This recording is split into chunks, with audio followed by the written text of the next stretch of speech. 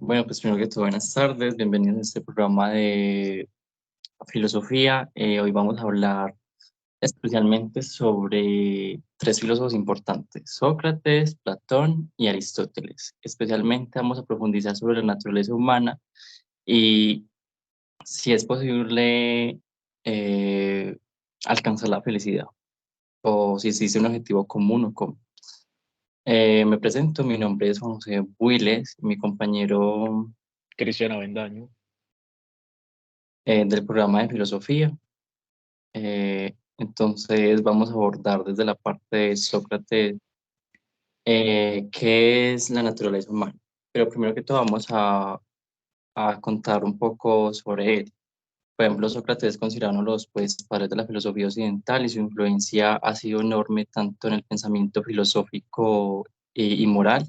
Nació en Atenas, Grecia, alrededor del año 470 a.C. No dejó ninguna obra escrita, por lo que gran parte de lo que conocemos sobre él proviene de los escritos pues, de sus discípulos, especialmente de Platón, que enseguida vamos a hablar sobre él. Ahora bien, para profundizar sobre el pensamiento de Sócrates acerca de la naturaleza humana, se puede resumir en tres puntos. Primero, la naturaleza humana es racional y moral, ya que de acuerdo con Sócrates, lo que constituye nuestra naturaleza humana es la virtud, entendida como el saber actuar bien y se distingue por dar una respuesta racional a cualquier pregunta racional que se le haga sobre sí mismo. A ver, Sócrates expresa que primeramente la virtud se caracteriza por la necesidad de aprender y de tener como objetivo conocer la verdad y alcanzar la sabiduría, y que eso se puede lograr mediante el uso de la razón y el diálogo.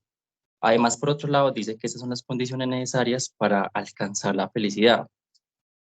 Para él, la sabiduría es el conocimiento de uno mismo, dado que el hombre sabio es aquel que se conoce sus propias limitaciones y capacidades, siendo así la virtud entendida como el conocimiento y que el mal es simplemente la ignorancia o el no saber nada.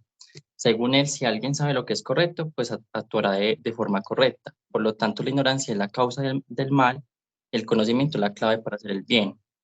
El segundo punto es que el hombre es libre. Es un ser libre, ya pues, que posee las capacidades de elegir entre el bien y el mal, y que asimismo se deja dominar por sus pasiones o por las opiniones de los demás, siendo así la libertad la capacidad de actuar de acuerdo con la propia razón y la propia existencia. El tercer punto es el alma y cuerpo. En cuanto a cuidado del alma, Sócrates considera que el alma es es lo más valioso que el ser humano tiene, y que aquellos no se preocupan y que aquellos que no se preocupan por su alma son a quienes disfrutan del dinero, los honores y los placeres. En cuanto al dualismo de alma y cuerpo, aunque no dejó una teoría clara o como algo al respecto, se sabe que consideró pues el cuerpo como el medio para el conocimiento del mundo sensible, mientras que el alma es el medio para el conocimiento del mundo inteligible. inteligible.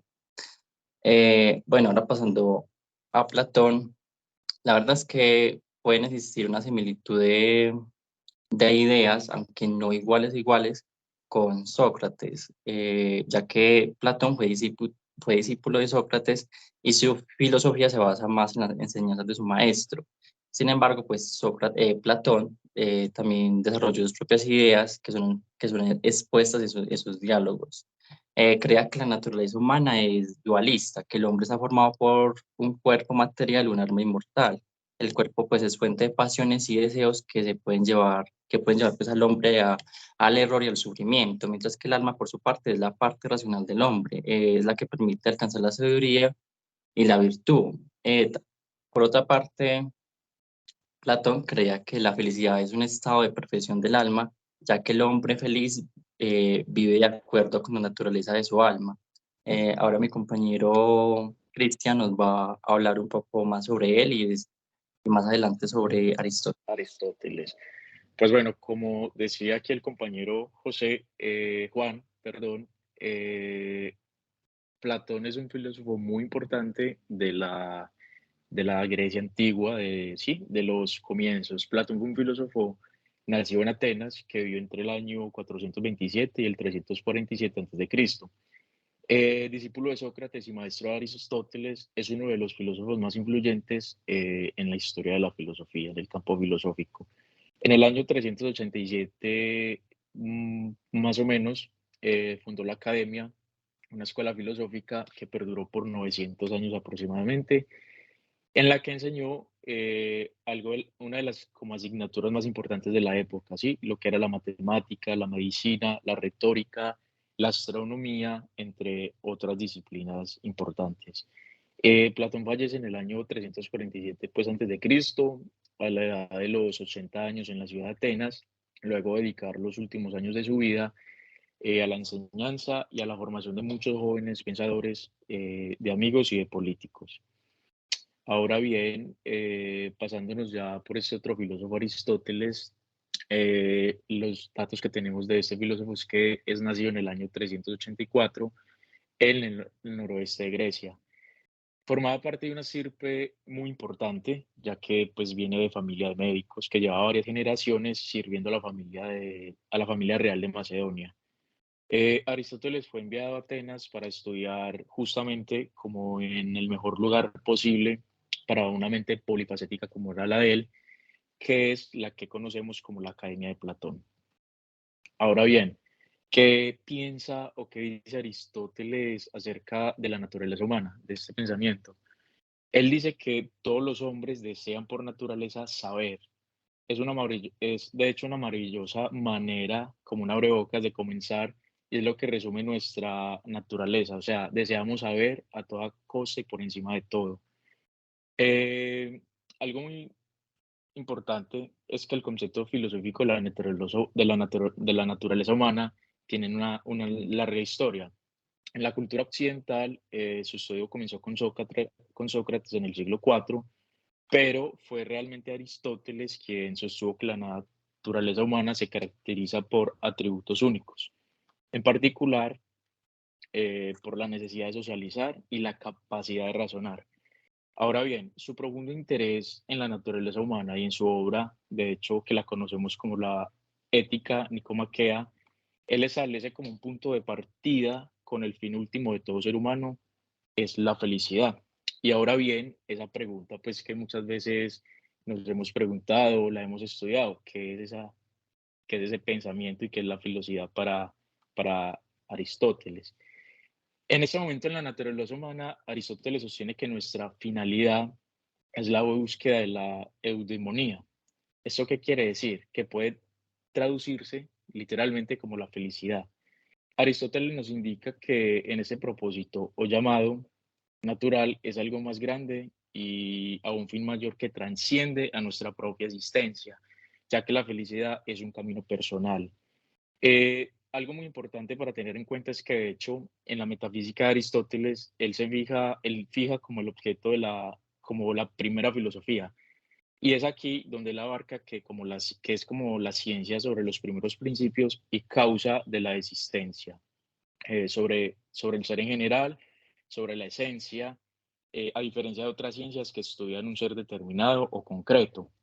En esta obra, Aristóteles examina las concepciones filosóficas de casi todos sus predecesores y en particular las de Platón. Entonces lo que podemos decir es que él va un poco de la mano con su pensar y con sus ideas, pues como de este filósofo de Platón.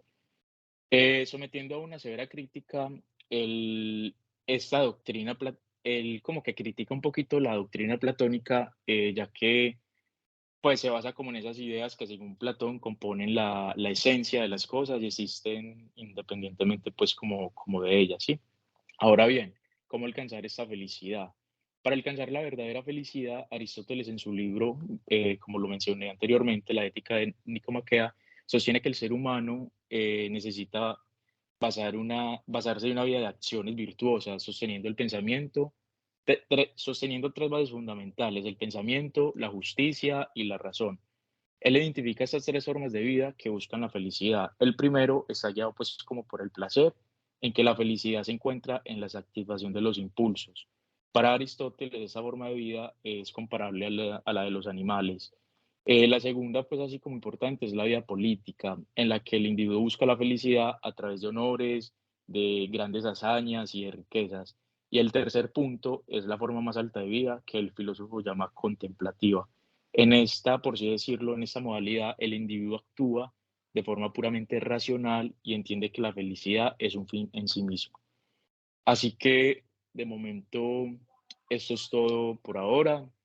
Muchísimas gracias al compañero aquí presente, al docente, por brindarnos también pues como este espacio donde pudimos, por así decirlo, profundizar la importancia de estos tres filósofos y lo que de hecho en el día de hoy seguimos estudiándolos. Así que muchas gracias.